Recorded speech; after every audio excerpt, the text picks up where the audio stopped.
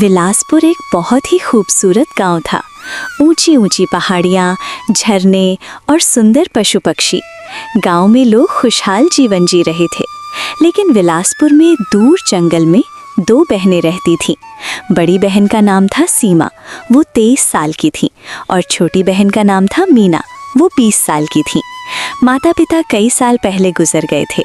घर न होने की वजह से दोनों बहनों ने प्रकृति का सहारा लिया और जंगल में रहने लगी। दोनों बहनें मिलकर घर का सारा काम करती थी। बड़ी बहन खाना बनाती तो छोटी बहन झाड़ू लगाती।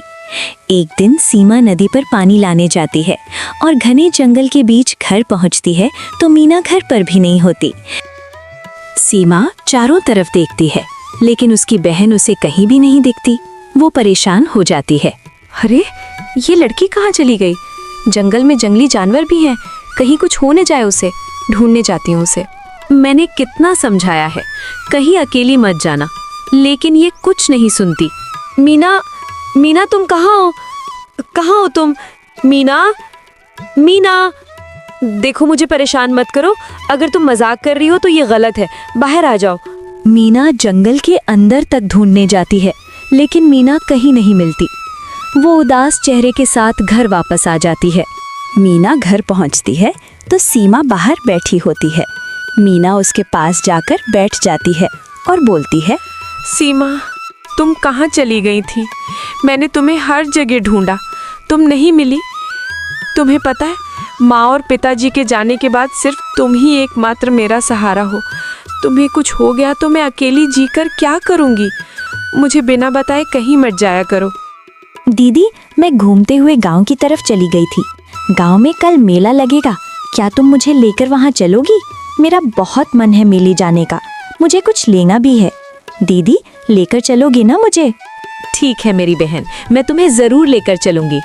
चलिए, अब रात होने वाली है, सो जाओ जल्दी, सुबह जाना भी तो है ना मेला। रात को पूरा गांव सन्नाटे से भरा होता है, लेकिन रोशनी चारों तरफ होती है और दूसरी तरफ जंगल में घना अंधेरा और जंगली जानवरों की डरावनी आवाजें।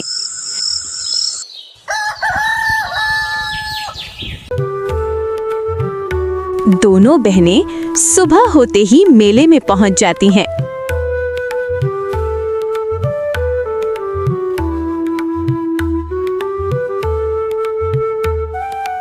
दीदी, वो देखो, सामने वो चिड़िया कितनी सुंदर है ना, मुझे वो चाहिए, मुझे दिला दो दीदी। हाँ, अच्छी तो लग रही हैं, पता नहीं कितने की होगी। मेरे पास ज्यादा पैसे नहीं हैं। चलो चलकर पूछते हैं कितने की है। सीमा और मीना उस चिड़िया वाले के पास जाती हैं और उससे पूछती हैं, अंकल, ये बुलबुल चिड़िया कितने की है? ये 5 रुपए की है। भाई, सही दाम लगा लो, मेरे पास बस 3 रुपए हैं, मुझे ये चिड़िया दे दो। वो चिड़ीमार चिड़िया नहीं बेचता। तभी उसकी नजर नीचे रखी चिड़िया पर पड़ती है, जो बीमार और सुस्त होती है। वो सोचता है, ऐसे तो ये मर जाएगी, कुछ नहीं मिलेगा, इससे अच्छा 3 रुपए में बेच देता हूँ। सुनो बच्ची, ये चिड़िया ले जाओ 3 रुपए में। उसका थोड़ा ख्याल रखना, ये थोड़ा बीमार है। ठीक है भाई, इसका हम बहुत अच्छे से ध्यान रखेंगे। आपको बहुत धन्यवाद। दोनों बहनें चिड़िया को अपने घर लाने लगती है, लेकिन वो चिड़िया बिना पिंजरे के उनके साथ आ जाती है, उड़कर कहीं नहीं जाती, जैसे वो कितने समय से उन लोगों को जानती हो। चिड़िया और मीना बैठे होते हैं, तभी मीना बोलती है, तुम बीमार हो ना, चिंता मत करो, तुम जल्दी ठीक हो जाओगी। मैं और दीदी तुम्हारा बहुत ख्याल रखेंगे, प्यारी चिड़िया।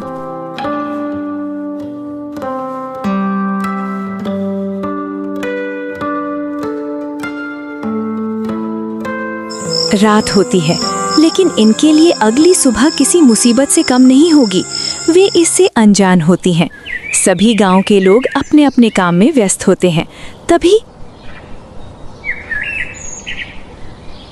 अगले दिन गांव की सरपंच का घर।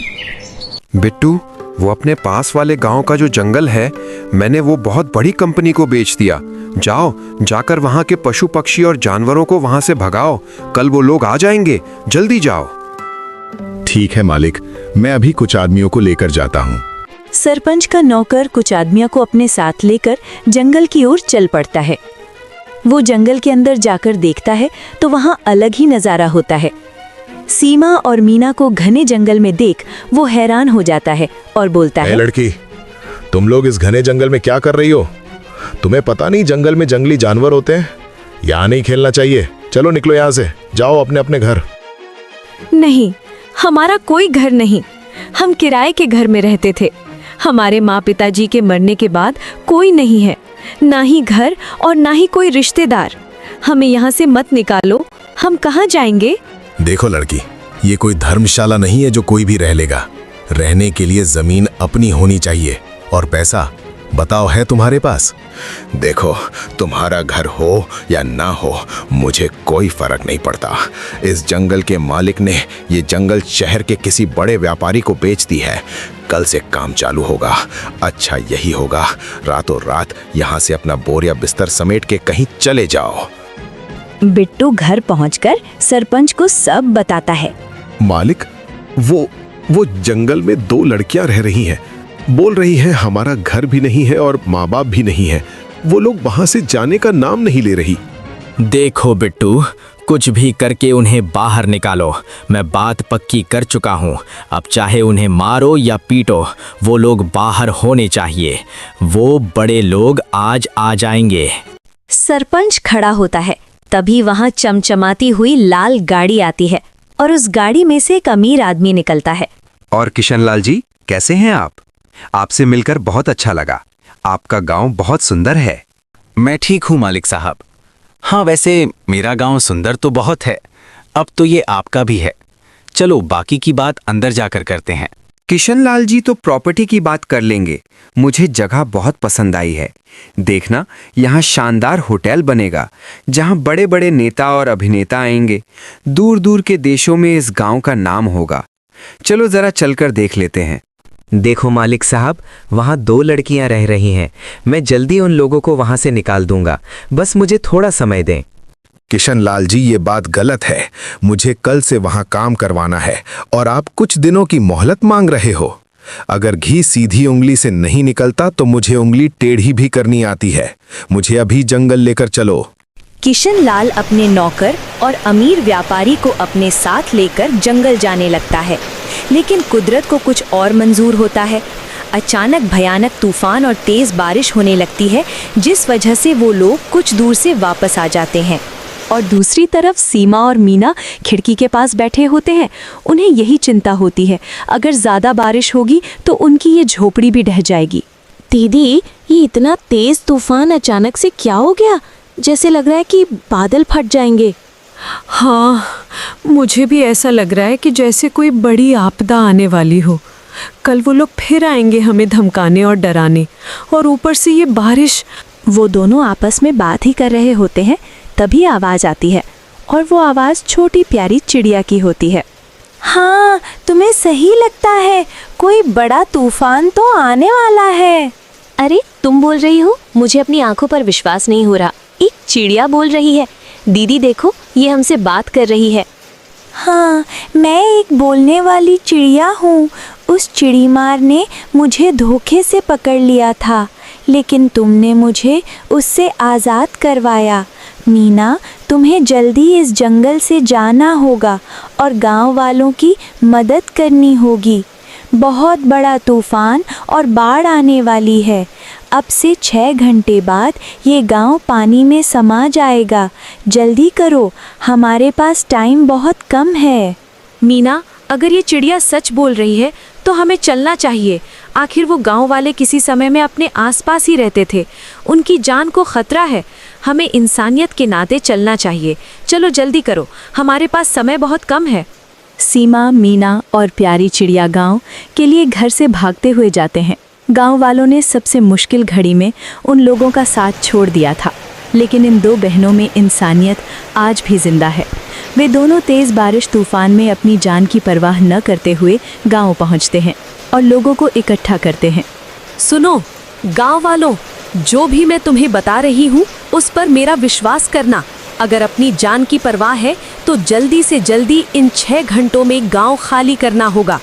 इस बारिश की वजह से गांव में बाढ़ आने वाली है। ये गांव डूबने वाला है। सब अपना कीमती सामान और पैसे और जो भी काम की छोटी मोटी चीजें हैं उन्हें रख ले और जल्दी से जल्दी बड़ी नदी किनारे आ जाना। हमने एक बड़ी नाव का इंतजाम कर लिया है। जल्दी करो सब।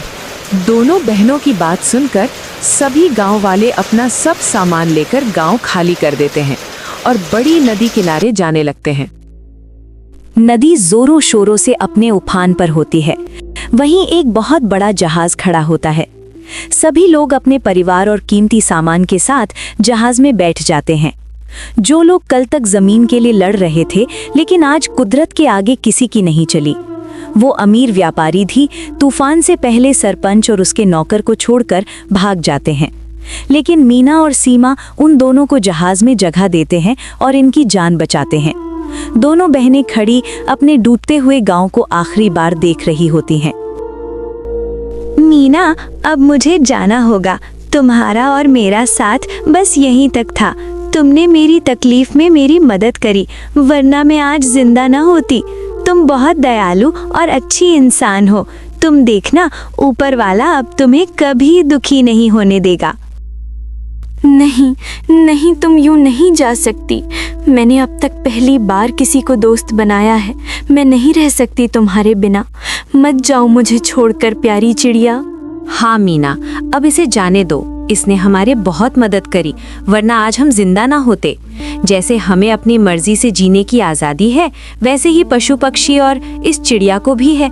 इस प्रकृति ने पक्षी को पिंजरे के लिए नहीं, खुले आसमान के लिए बनाया है। चलो अब आंसू पोछो।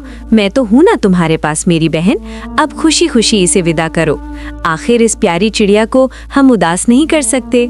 ऐसे मत रो मीना, मैं हमेशा तुम्हारे साथ ही रहूंगी। बस तुम मुझे याद करना, हमेशा तुम मुझे अपने आसपास पाओगी। मेरा भी परिवार उस नदी के पार है। अब मुझे जाना होगा, तुम अपना ख्याल रखना। अब रोना बंद करो, वरना मैं दुखी हो जाऊंगी। चलो अब मैं जाती हूँ। चिड़िया वहां से चली जाती है अपनी नई मंजिल की तरफ। सीमा और मीना चिड़िया को आखिरी अलविदा करते हैं।